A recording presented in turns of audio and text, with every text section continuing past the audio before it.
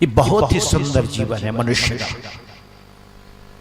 मनुष्य से श्रेष्ठ कोई जीवन नहीं सृष्टि में। इस सृष्टि में सबसे श्रेष्ठ जीवन है मनुष्य का। पृथ्वी में देखो, पृथ्वी में जितने भी प्राणी हैं, जल में है, नभ में है, थल में है, कृमि कीट से लेकर के मनुष्य पर्यंत, अभी तक ऐसा कोई प्रमाण नहीं मिलता है कि मनुष्य श्रेष्ठ कोई और प्राणी है ना सच? हाँ, मनुष्य से श्रेष्ठ कोई और योनि है, कोई जीव है, इसका अब तक कोई प्रमाण नहीं। कभी कभी खबरों में, अखबारों में एलियन की चर्चा होती है, लेकिन बहुत प्रामाणिक नहीं है एलियन आदि की चर्चा हो, कि दूसरे गांवों से कोई बहुत ही सभ्य, श्रेष्ठ या उन्नत सभ्यता है, जो अपने विशेष विमान लेकर के यहां आते हैं और चले जाते हैं, वो हमें नोटिस करते हैं, उनकी नजर में हम हैं, लेकिन सब अभी अप्रामाणिक बातें। हमारे जो बड़े बड़े जो दूरबीन है, जो हमारी पृथ्वी की परिक्रमा करता हुआ सारे ग्रहों, उपग्रहों, नक्षत्र, तारों का अध्ययन कर रहा है, बड़े बड़े हैं, जो अपनी आकाश गंगा के अतिरिक्त दूसरी आकाश गंगाएं हैं, ब्रह्मांड के दूसरे और भी हैं, सब का अध्ययन कर रहे हैं, लेकिन आज तक पता नहीं चला। चंद्रमा में हम पहुंच गए, मार्स में, मंगल में हम पहुंचने वाले हैं, हमारा यान पहुंच गया, दोनों जगह कहीं जीव का प्रमाण नहीं मिलता। और जब तक कोई ऐसा प्रमाण नहीं है, हम कह सकते हैं कि इस पूरे ब्रह्मांड में हम सर्वश्रेष्ठ हैं। कह सकते हैं ना? कह सकते हैं। विचार करो, यदि परमात्मा ने, प्रकृति ने, परमात्मा ने, भगवान ने जो कहो हमें सबसे श्रेष्ठ बनाया, तो इसका कोई ना कोई कारण होगा ना? विचार करो, सबसे श्रेष्ठ हमें बनाया तो कोई ना कोई इसका कारण है, कोई ना कोई इसका उद्देश्य है हमें श्रेष्ठ बनाने का। अब देखो, हमारे पास पहले साइकिल होती थी, अब भी है, फिर हमने उससे श्रेष्ठ साधन बनाया, बाइक बनाई, बाइक के बाद टू व्हीलर से फोर व्हीलर यानी कार, कार में भी और द्रुतगामी और अच्छी सुविधाएं वाली कार और बड़ी बड़ी गाड़ियां, फिर हमें लगा कि इससे भी बात बनेगी नहीं, उड़ने से बात बनेगी, तो प्लेन बनाया। प्लेन से भी द्रुतगामी है, जो फाइटर जेट्स हैं, लड़ाकू विमान है, वो और ज्यादा तीव्रगामी है। लेकिन यहां से अंतरिक्ष में जाने के लिए रॉकेट की जरूरत पड़ती है। पृथ्वी की ग्रेविटी पावर यानी गुरुत्वाकर्षण बल बहुत मजबूत है भाई, और इस ग्रेविटी पावर, ग्रेविटेशनल फोर्स है, इससे बाहर निकलने के लिए यदि हमारी गति 11.2 किलोमीटर न हो तो हम इसकी ग्रेविटी पावर से बाहर नहीं जा सकती, वो हमें गिरा ही देगी। तो उसके लिए हमने रॉकेट बनाया। तो क्या है इसका उद्देश्य? सबका उद्देश्य, सबसे श्रेष्ठ साधन का मतलब सबसे श्रेष्ठ उद्देश्य की प्राप्ति। ऐसे ही मनुष्य सबसे श्रेष्ठ योनि है, तो इस मनुष्य जीवन के साथ सबसे श्रेष्ठ उद्देश्य जुड़ा है, उद्देश्य जुड़ा है, ये चिंतन करने की बात। लेकिन मनुष्य का तन पाने के बाद भी हमारा जीवन पशु जैसा हो, उससे बढ़िया तो पशु ही था। यदि परमात्मा ने कृपा की, आपको एक अवसर दिया श्रेष्ठ जीवन दिया, तो फिर पशु जैसे जीवन जीने का क्या मतलब है? विचार करो आप। क्यों जिए भाई हम? चिंतन करें, विचार करें। पशु का मतलब क्या होता है? एक होता है शब्द पाश, पाश माने बंधन। पशु का मतलब है जो पाश से युक्त है, पाश से बंधा है। पशु पशुसी को कहते हैं जो बंधन से युक्त है। और बंधन क्या है उसका? उसका बंधन यही है कि वो जितना उसे करना है बस उतना ही करना है, उससे ज्यादा नहीं कर सकता। उसे पता है, जैसे हम कोई कंप्यूटर होता है या रोबोट होता है, हम जिसमें उसमें जितने हम फीड कर देते हैं प्रोग्राम्स, बस वो उतना ही करेगा, उससे ज्यादा नहीं करेगा। उतना ही करेगा, उससे ज्यादा नहीं कर सकता।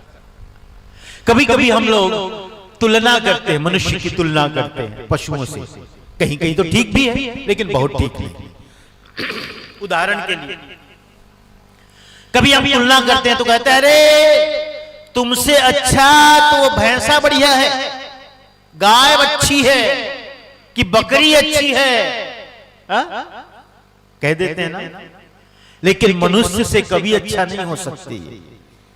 माना कि हम उदाहरण देने के लिए भी कहते हैं अरे देखो बकरी को, गाय को प्रकृति परमात्मा ने उसे शाकाहारी बनाया, वो सिर्फ घास फूस ही खाता है। तो ये मत समझना भाई गाय शाकाहारी है कि बकरी शाकाहारी है तो गुरु मंत्र किसी ने दिया है, कान फुकवाया है इसलिए है, ऐसा कुछ। ये प्रकृति की व्यवस्था, ये प्रकृति की व्यवस्था है।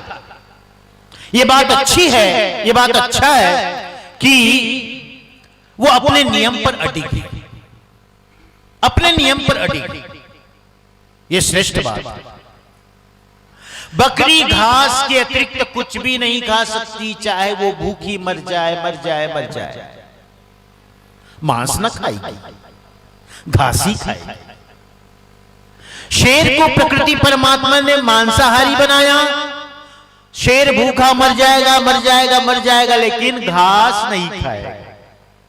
इसी का नाम बंधन मैंने कहा, इसी का नाम पाश मैंने कहा। तो अगर बकरी घास खाती है तो वो पूजनीय है, ऐसी कोई बात नहीं। और शेर मांस खाता है तो वो घृणित है, ऐसी भी बात नहीं। ये उनकी व्यवस्था है। लेकिन मनुष्य को इस व्यवस्था से बिल्कुल अलग बनाया है, अलग।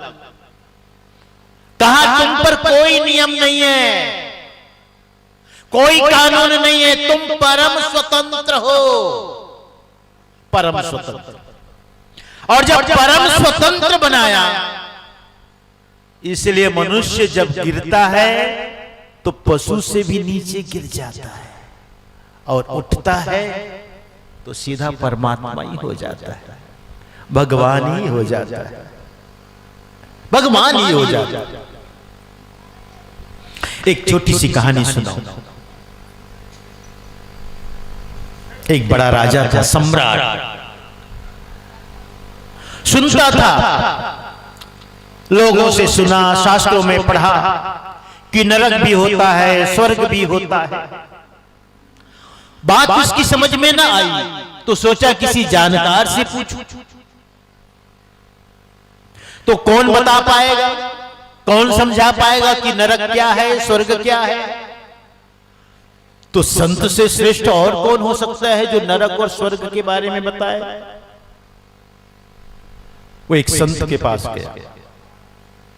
राजा था, बड़ा राजा था, सम्राट जैसा था।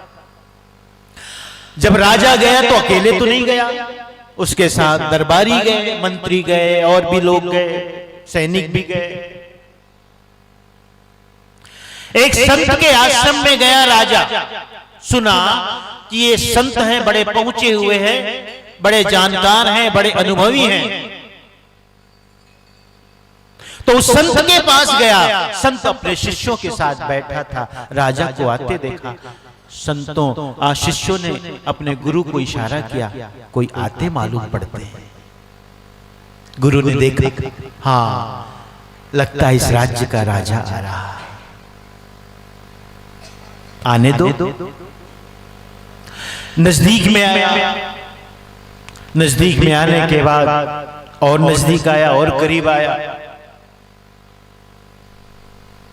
उस समय संत जो है अपने शिष्यों को कुछ उपदेश वाणी कर रहे थे। अब देखो, हम कहीं भी जाते हैं तो एक औपचारिकता होती है, प्रणाम बंदगी की होती है ना।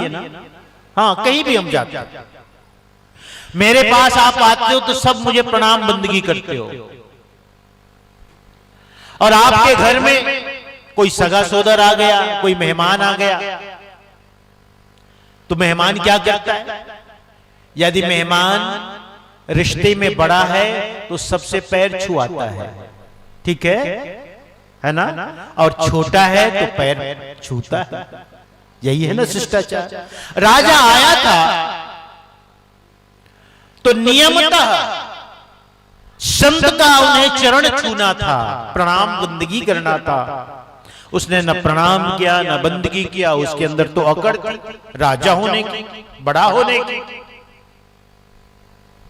न कोई औपचारिकता, न प्रणाम बंदगी, न कोई शिष्टाचार।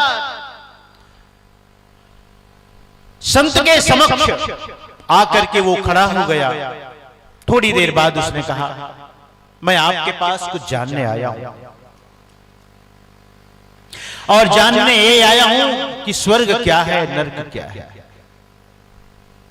मैंने सुना है आपका बड़ा नाम, मैंने सुना है कि आपके भीतर का दिया जल चुका है, मैंने ज्ञान का दिया। आप बड़े अनुभवी हैं, इसलिए मैं आपके पास जानने आया हूं कि नरक क्या है, स्वर्ग क्या है। किसे कहते हैं नरक, किसे कहते हैं स्वर्ग? संत ने देखा न कोई शिष्टाचार, न कोई औपचारिकता, न प्रणाम बंदगी, कुछ भी नहीं। इसका मतलब है कि राजा को राजा होने का घमंड है, अहंकार है, अभिमान है, मैं बड़ा हूं। क्योंकि राजा है, वो राजा है, तो जो आश्रम है, संत जहां रहते हैं, वो भी तो उसी के राज्य में होगा ना।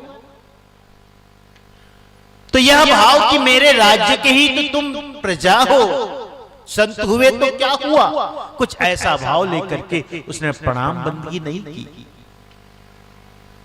और सीधे प्रश्न में आया कि मैंने सुना है तुम्हारा बड़ा नाम, लोगों ने बताया कि तुम्हारे भीतर का दिया जल चुका है, तुम बड़े अनुभवी हो, सिद्ध हो, तपस्वी हो। संत ने कहा, बहुत फॉर्मेलिटी में जाने की जरूरत नहीं है, सीधी बात बोलो, क्या कहना है, क्या पूछने आया है? उसने कहा, मैं यही पूछने आया हूं कि नरक क्या है, स्वर्ग क्या है। संतों के पास भी बड़ी युक्ति होती समझाने की। उसने कहा, यदि सीधी सीधी बात इनसे कहूं तो शायद समझ पाए या न पाए। उन्होंने एक युक्ति खोजी और अपने शिष्यों की तरफ देखते हुए कहा, सोच करके कि इसे थोड़ा उकसाना चाहिए, इसे थोड़ा क्रोधित करना चाहिए, उकसाना चाहिए। उसने कुछ ऐसी बातें कही, संत ने क्या कहा, उन्होंने कहा, अरे देखो देखो, ये जो आगंतुक है अपने को राजा कहता है, राजा। अरे ये राजा होने योग्य है भी? क्या राजसी वस्त्र पहन लेने से कोई राजा हो जाता है? क्या कोई अपनी कमर में तलवार खींच ले, इसी से कोई राजा हो जाता है?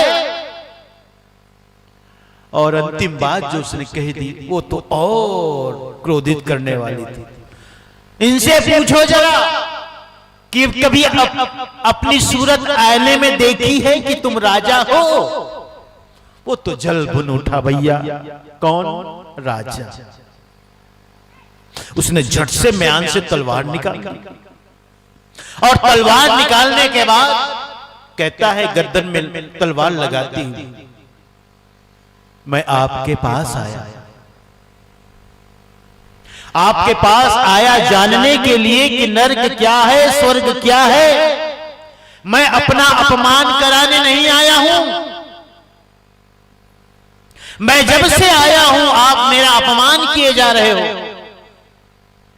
अपमान कराने में नहीं आया। जानते हुए तलवार अभी एक ही वार से तुम्हारा सिर धड़ से अलग हो सकता है। तुम्हें मेरे अपमान की सजा मिल सकती है। आग बबूला क्रोध से, लेकिन संत ने उसे उकसाने के लिए नहीं कहा था। मैंने कहा ना युक्ति, एक युक्ति खोजी थी। समझाना था उसे नरक को, समझाना था उसे स्वर्ग को, और उस समझाने के लिए उसने ये युक्ति निकाली, ये युक्ति खोजी कि इसे उकसाना चाहिए, इसे क्रोधित करना चाहिए, इसको आवेशित करना चाहिए। गर्दन पे तलवार लग दी और कहता है एक ही वार से तुम्हारा सिर धड़ से अलग हो सकता है। क्रोध से आवेशित आग बबूला राजा की तरफ देखते हुए संत ने कहा, राजन तुम पूछते हो ना नर्क क्या है? राजन तुम पूछते हो ना नरक क्या है? यही है नरक, यही नरक है। तुम्हारे अंदर क्रोध जगा, तुम क्रोध से आवेशित हुए, आग बबूला हुए और हत्या करने तक की सोच डाली।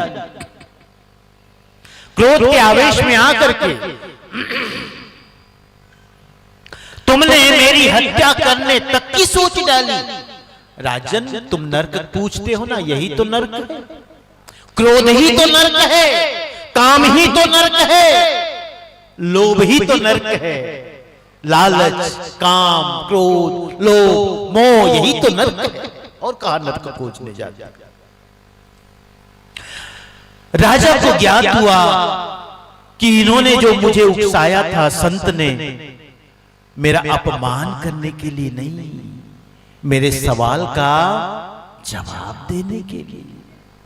अब जब उसे पता चला, जब उसे पता चला कि नरक को समझाने के लिए इसने ये युक्ति मेरे सामने रखी है, जानते हो उसे अपनी गलती पर पछतावा हुआ। अपनी गलती को उसने स्वीकार की, तलवार को म्यान में रखा, घुटनों के बल झुका, प्रणाम किया और हाथ जोड़ करके कहता है, संत प्रवर गलती हो गई, भूल हो गई, क्षमा क्षमा प्रभो क्षमा, भूल हो गई, नादान में जान न सका, समझ न सका, भूल हो गई, क्षमा करें। फिर दूसरी बार संत ने क्या कहा, राजन तुम पूछते थे ना स्वर्ग क्या है? यही स्वर्ग है, यही स्वर्ग है, यही स्वर्ग है। अपनी भूलों को, अपनी गलतियों को एहसास कर लेना, स्वीकार कर लेना और स्वीकार करके उस गलती को स्वीकार करके उस रास्ते पर चलना, यही स्वर्ग है। एक पल पहले तुम नर्क में जीते थे, एक पल बाद तुम स्वर्ग में जीने लगे। राजन नर्क कोई, स्वर्ग कोई भौगोलिक स्थिति नहीं है, ये सिर्फ मानसिक स्थिति है। ये भौगोलिक नहीं है। तुम्हें कहीं नहीं मिलेगा। नर्क खोजने जाओ, रॉकेट लेकर घूमो जाओ, स्वर्ग खोजने जाओ, कहीं नहीं। वो हमारे गए थे, हमारे चंद्रमा पे जब उतरे, दो यात्री उतरे थे ना, एक अमेरिका के थे, एक रूस के थे, कुछ नाम था एल्ड्रिन, ऐसा कुछ। वहां से आने के बाद सबसे वो कहते थे, देखा आया चंद्रमा, घूमी आया, देखा वहां भी कहीं कोई भगवान नहीं है। उनका वाक्य है, उस चंद्र यात्री का यह बयान है, यह वक्तव्य है कि कहीं भगवान कोई नहीं है। वैसे भी रूस का था वो, और रूस में समाजवाद है, इसलिए भगवान की कोई अवधारणा नहीं है। वैसे भी उसने कह दिया है, भगवान के मानने वाले सुनो, मैं देख आया चंद्रमा को, वहां भगवान नहीं है। ये तो उसकी बात थी। मैं एक कहूं कि वस्तुतः विचार करो, न स्वर्ग कहीं है न नरक कहीं है, सिर्फ हमारी मानसिक स्थिति है। हम दिन भर में कई बार हम स्वर्ग में जीते हैं, दिन भर में हम कई बार नरक में जीते। अब ये कथा मैंने क्यों सुनाई? ये कथा राजा कौन था? मनुष्य था, आप और हमारी तरह। राजा हमारी तरह था, मनुष्य था, तो समझ पाए? पशु समझ पाएगा? नहीं। गाय बैल भैंसा गधा घोड़ा कुत्ता बिल्ली कोई समझ पाएगा? नहीं। अभी तो एक आई थी बेचारी, कुत्ती आई थी इधर से, गई कि नहीं? उसे पता चला कि धर्माधिकारी साहब का प्रवचन है। पूछो नहीं तो मन बहनी बैठ जा तो कहूंगा जगह देख के। उसे क्या पता है कि क्या हो रहा है? यही अंतर है मनुष्य में और पशु में, यही अंतर है मनुष्य में और पशु पक्षी में, कृमि कीट में। आपके अंदर चिंतन की शक्ति है, आपके अंदर मनन की शक्ति है। आप मनुष्य हो, आप विवेकवान हो, विवेक की शक्ति है। मनुष्य शब्द बना किससे? मनन से। मननात् एव मनुष्य, जिसके पास मनन की शक्ति है वही मनुष्य है, चिंतन की शक्ति है वही मनुष्य है। आप विचार करो, आप चिंतन करो, विवेक करो। मैंने सुना, अखबारों को पढ़ता हूं मैं, थोड़ा अपग्रेड भी होना पड़ता है, अपडेट भी होना पड़ता है। हम लोग प्रवचनों में जाते हैं, जो आज की दुनिया में जो कुछ हो रहा है उसे जानना भी जरूरी है ना? हाँ, शिक्षक बहुत बड़ा अध्येता होता, क्योंकि जो पढ़ा है वो, या पहले की बातें, पहले का ज्ञान और आज का ज्ञान, दोनों में सामंजस्य बिठाना पड़ता है। उसी का नाम अपडेशन है।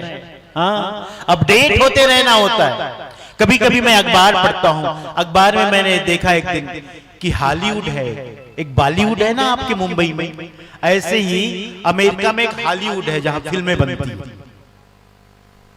वस्तुतः हॉलीवुड ही है, बॉलीवुड नहीं है। हॉलीवुड की तर्ज में उसको बॉलीवुड बोल देते हैं। वहां की बड़ी बड़ी सेलिब्रिटीज होती हैं। मैंने एक दो के बारे में पढ़ा था, नाम याद नहीं, क्या पढ़ा था मैं, कि उन सब ने मांसाहार छोड़ करके शाकाहार को अपनाया। तो मन ही मन में मुस्कुराया, सोचने लगा, लगता है हमारा कोई कबीरपंथी साधु वहां भी पहुंच गया है का? कोई नहीं पहुंचा, कोई नहीं पहुंचा, कोई जैन साधु नहीं पहुंचा, कोई कबीरपंथी साधु नहीं पहुंचा, कोई हिंदू सन्यासी वहां नहीं पहुंचा।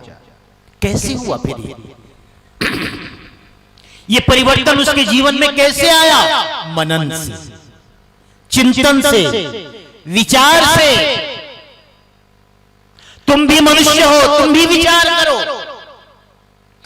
उसने अपने तर्क में बात कही थी, जिसने मांसाहार छोड़ दिया, उसने कहा इस जगत में इतने सब कुछ है खाने को, इतना सब कुछ प्रकृति परमात्मा ने बनाया। सुंदर सुंदर फल, सुंदर सुंदर सब्जियां, सुंदर अन्न, सब कुछ है। सब कुछ परमात्मा ने मनुष्य के लिए बनाया। ईशावास्योपनिषद का पहला मंत्र है, ईशावास्यमिदं सर्वं यत्किंच जगत्याम जगत्। ईशावास्योपनिषद का पहला मंत्र है। क्या कहता है मंत्र? यह समस्त जगत चराचर ईश्वर से व्याप्त है। यह समस्त जगत चराचर ईश्वर से व्याप्त है। ईशावास्यमिदं सर्वं यत्किंच जगत्यां जगत् तेन तक्तेन भुंजीथा मा गृध कस्य स्विद् धनम्।